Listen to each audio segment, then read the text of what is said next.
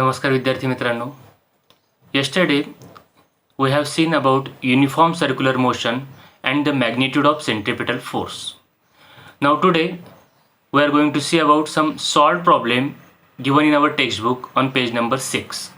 Now first go for the first problem. आज आपण काही सोडवून दिलेले उदाहरणं आपल्या पुस्तकातील पान क्रमांक 6 वरची पाहणार आहोत. बघूया पहिलं उदाहरण. Mahendra and Virat are sitting at a distance of 1 meter from each other. Their masses are 75 kg and 80 kg respectively. What is the gravitational force between them? दोन मित्र आहेत. दोन्ही परस्परांपासून साधारणतः 1 मीटर अंतरावरती बसलेले आहेत आणि त्यांची वजनं 75 kg आणि 80 kg दिलेली आहेत आणि आपल्याला त्यांचं काय करायचं आहे, दोघांमध्ये असलेलं फोर्स ऑफ अट्रॅक्शन त्या ठिकाणी फाइंड आउट करायचं आहे. विद्यार्थी मित्रांनो, आपण या अगोदर शिकलोय थेरॉटिकली की every object in the universe attract every other object. प्रत्येक वस्तू ही दुसऱ्या वस्तूला स्वतःकडे आकर्षित करीत असते. मग या ठिकाणी सुद्धा आपल्याला या दोन मित्रांमध्ये असलेलं force of attraction find out करायचं आहे. Let's move for the solving this problem. See, consider M and V both the friends, M for Mahendra and V for Virat. Their masses are 75 kg and 80 kg. Before solving any numerical problem in science, always find out what is given in the problem and what we have to find. उदाहरणं सोडवताना विज्ञानामध्ये आपल्याला काय दिलेलं आहे आणि काय find out करायचं आहे ते पहिल्यांदा डिसाईड करायचं. So value of R is given as 1 meter. M1 weight of Mahindra, that is 75 kg. M2 weight of Virat, that is 80 kg. Gravitational constant given 6.67 into 10 raised to power negative 11 Newton meter square kilogram square. So value of F we have to find. G ची value नेहमी करता लक्षात ठेवायची आहे 6.67 into 10 raised to power negative 11, कारण याचं बऱ्याच ठिकाणी आपल्याला काम पडणार आहे. So what is the formula to find out the force? F is equal to G M1 M2 upon R square. Putting all the respective values, 6.67 into 10 raised to power negative 11 into 75 into 80 into 1 square. Now first of all we will multiply 75 into 80. What we get? We get 6.67 into 10 raised to power negative 11 into 6000 upon 1. म्हणजे 75 आणि 80 चा multiplication केलं आणि आपल्याला काय मिळालं, 6000 त्या ठिकाणी मिळालं. 1 square value is 1. So again 6000 we can convert it into 6 into 10 raised to power negative 3. 3 शून्य आहेत म्हणून 10 raised to power 3 झाले सोप्या भाषेमध्ये. मल्टिप्लाय 6 and 6.67 दोघांचा गुणाकार करा and find out the final value, that is 4.002 into 10 raised to power negative 7 and the unit of force is Newton. फोर्सचे युनिट काय या ठिकाणी न्यूटन आहे. Now the value is in minus, that is 4.002 into 10 raised to power negative 7. Minus न म्हणता त्याला ती value शून्यापेक्षा खूपच कमी आहे.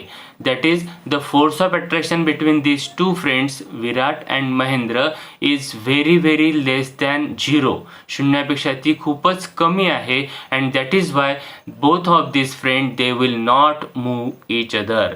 दिस force is very small, so they will not move to each other. If the force of friction between Mahindra and bench on which he is sitting is 0, then he will start moving towards Virat under the action of this force. Yes. लक्षात घ्या. आता frictional force,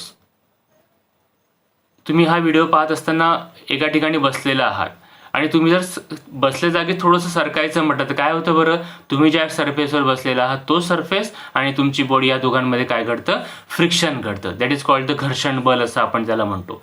मग जर का ह्या केसमध्ये हे frictional force जरी शून्य कन्सिडर केलं आपण तरी देखील तेव्हा हा जो काही फोर्स आहे हा फोर्स त्या ठिकाणी ॲक्ट होईल आणि ते एकमेकांकडे आकर्षित होतील. पण इट इज नॉट पॉसिबल, असं हे घडू शकत नाही. Because this value of force of attraction between this friend is very very less, so they will not move to each other. Going for the second problem. पुढचा problem बघूया. First प्रॉब्लेमलाच connect करून या ठिकाणी हे प्रॉब्लेम दिलेला आहे आपल्या टेक्स्टबुकमध्ये. In the above example, assuming that bench on which Mahendra is sitting is frictionless, starting with the zero velocity, what will be the Mahindra's velocity of motion towards Virat after 1 second? Will this velocity change with the time and how? असे प्रश्न आपल्याला या ठिकाणी विचारले. आपण first पार्टमध्ये काय काढलं की या दोघांमध्ये किती फोर्स ऑफ अट्रॅक्शन असणार आहे. काय व्हॅल्यू आली होती त्याची 4.002 इंटू 10⁻⁻7 न्यूटन ही व्हॅल्यू फोर्सची आलेली होती. आता आपल्याला या ठिकाणी क्वेश्चन काय विचारलेला आहे की जर का तो महेंद्र ही sitting on a bench which is frictionless, त्या ठिकाणी घर्षण होणार नाही अशा गुळगुळीत पृष्ठभागावरती तो बसलेला असेल तर त्याची आफ्टर 1 सेकंड जी काही व्हेलॉसिटी असणार आहे ती व्हेलॉसिटी आपल्याला या ठिकाणी फाइंड आउट करा असं त्या ठिकाणी म्हटलेलं आहे. Mahendra's velocity of motion towards Virat after 1 second that we have to find. मग what is given force on Mahendra आधीच काढलेलं आहे आपण 4.002 इंटू 10⁻⁻7. महेंद्राचा मास आपल्याला प्रॉब्लेममध्ये दिलेलं होतं किती 75 kg. We know that according to Newton's second law formula आहे आपल्याकडे F is equal to m into a. So a acceleration a is equal to f upon ma. त्या सूत्राला थोडंसं चेंज केलं, व्हॅल्यू पुटअप केल्या 4.002 इंटू 10⁻⁻7 अपॉन 75. सॉल्व करत गेलो, value आपल्याला काय मिळाली 5.34 into 10⁻⁻9 metre per second square. Friends, विद्यार्थी मित्रांनो, अशी उदाहरणं ज्यांच्यामध्ये 10चा घातांक दिलेला असतो ती उदाहरणं सोडवताना टप्प्याटप्प्याने ती सोडवली तर अधिक सोयीचं होतं, आपलं उदाहरण चुकत नाही. काय केलंय बरं बघा, मी या उदाहरणामध्ये 4.002 अपॉन 75 पॉईंट काढून टाकला आणि त्याला 4002 अपॉन 75,000 केलेलं आहे. म्हणजे पॉईंट नंतर वरती 3 0 होते न्यूमरेटरमध्ये, मी 3 0 खाली डिनॉमिनेटरमध्ये वाढवले. सो 4002 अपॉन 75 याला संक्षिप्त रूप देत गेलो आणि त्यांचं उत्तर काढलं 53.36. First of all we will C.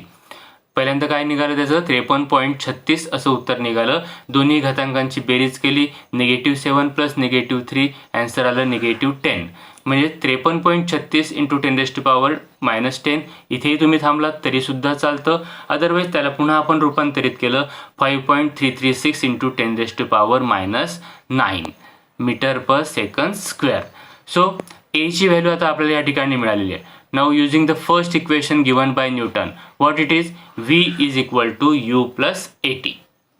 v ही फायनल वेलॉसिटी आहे जी आपल्याला 1 सेकंदानंतरची काढायची आहे. u ही इनिशियल वेलॉसिटी आहे आणि इनिशियली तो एका ठिकाणी बसलेला आहे. It means starting velocity we will consider as 0. u ची व्हॅल्यू 0 त्या ठिकाणी आहे. ए आपण जस्ट फाइंड आउट केला आणि t टाइम आपल्याला दिलेला आहे 1 सेकंदाचा. Putting all the respective values 0 plus 5.34 into 10⁻⁻9 into 1. What we get? We get the final answer. V is equal to 5.34 into 10⁻⁹ metre per second. ठीक आहे, म्हणजे ही फायनल वेलॉसिटी एका सेकंदानंतरची वेलॉसिटी आपल्याला त्याची ते मिळणार आहे की ही सुद्धा काय आली आहे बरं 5.34 into 10⁻⁹. This is an extremely small velocity. The velocity will increase with time because of the acceleration. The acceleration will also not remain constant because as Mahindra moves towards the Virat. अगदी बरोबर आहे की जसं जसं त्याचे time जात जाणार आहे व्हेलॉसिटी सुद्धा काय होत जाणार आहे ती वाढत जाणार आहे आणि ॲक्सिलरेशन सुद्धा हे त्या ठिकाणी काय होणार आहे चेंज होणार आहे. कारण काय की ती व्हेलॉसिटी बदलते आहे, याचा अर्थ त्या ठिकाणी ॲक्सेलरेशन सुद्धा त्या ठिकाणी काय होणार आहे साहजिकच चेंज होणार आहे. So the acceleration will also not remain constant because as Mahindra moves towards Virat, the distance between them will decrease, causing an increase in the gravitational force. Yes, जसे जसे ते एकमेकांच्या जवळ येतील दोघांमधलं फोर्स ऑफ अट्रॅक्शन काय होणार आहे वाढणार आहे. We know that force is inversely proportional to distance. Force हे डिस्टन्सच्या स्क्वेअरशी इन्व्हर्सली प्रोपोर्शनल होतं असं आपण या अगोदरच्या तासिकांमध्ये पाहिलं. मग जर का डिस्टन्स कमी झालं साहजिकच फोर्स काय होणार आहे त्या ठिकाणी इन्क्रीज होणार आहे. causing an increase in the gravitational force, thereby increase in the acceleration as per Newton's second law of motion. म्हणजे न्यूटनच्या सेकंड लॉ ऑफ मोशनच्या आधारे या ठिकाणी आपण प्रूव्ह करू शकतो की त्या दोघांमध्ये असलेले जे काही फोर्स ऑफ अट्रॅक्शन आहे हे वाढणार आहे as the distance will get decrease. Okay, या ठिकाणी आपण आज पेज नंबर 6 वरच्या 2 उदाहरणांचं सोडवलेल्या उदाहरणांची माहिती घेतली. Rest of the thing we will see in our next video.